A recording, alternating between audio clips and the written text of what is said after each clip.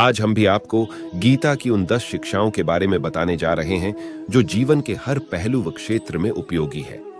आलस छोड़ कर्म करें, गीता का पहला सूत्र कर्म करते रहने का है। गीता के अनुसार मनुष्य को कभी भी आलसी, अकर्मण्य या क्रियाहीन नहीं होना चाहिए। अपने कर्तव्य के अनुसार लगातार कर्म करते रहना चाहिए। ये कर्म फल की इच्छा से भी ना हो, क्योंकि फल मनुष्य के हाथ में नहीं है और फल की कामना स्वार्थ, लोभ व मोह से संबंध रखती है। कामना पूरी नहीं होने पर क्रोध भी बढ़ता है। ये सब परमात्मा को प्राप्त करने में बाधक है। सुख दुख से परे आनंद की प्राप्ति गीता में भगवान श्री कृष्ण दुख से बचने का उपाय भी बताते हैं। वे कहते हैं कि दुनिया में कोई भी व्यक्ति, वस्तु, घटना, परिस्थिति स्थायी नहीं है। वह बदलते रहते हैं। इनमें आसक्ति रखने से ही सुख व दुख होते हैं। इसलिए हर परिवर्तनशील चीज को दर्शक की तरह देखते हुए जो स्थायी परमात्म तत्व है, उसमें खुद को लगाना चाहिए। इससे मनुष्य सुख व दुख दोनों से ऊपर उठते हुए परम आनंद को प्राप्त कर सकता है। वर्तमान पर फोकस करें। अक्सर लोग अतीत की यादों व भविष्य की चिंताओं में रहते हैं, जबकि गीता मनुष्यों को वर्तमान में जीने की कला बताती है।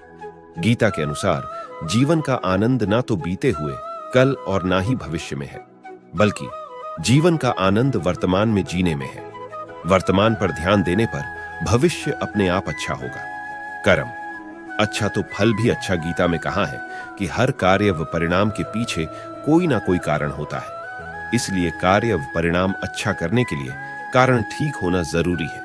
इसलिए मनुष्य को कारण अच्छा करने पर ध्यान देना चाहिए। इससे परिणाम अपने आप अच्छा होगा। मौत की फिक्र ना करें। गीता मनुष्य को निडर होकर जीना सिखाती है, क्योंकि व्यक्ति को सबसे ज्यादा डर मरने का लगता है। जबकि गीता कहती है कि शरीर व आत्मा दोनों अलग अलग है।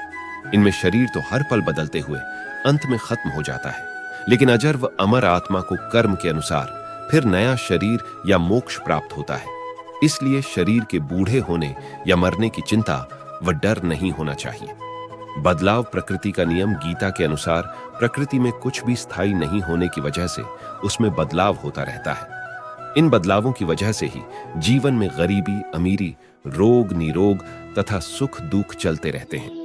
निरोग रहने का सूत्र गीता में निरोग रहने का सूत्र भी दिया गया है।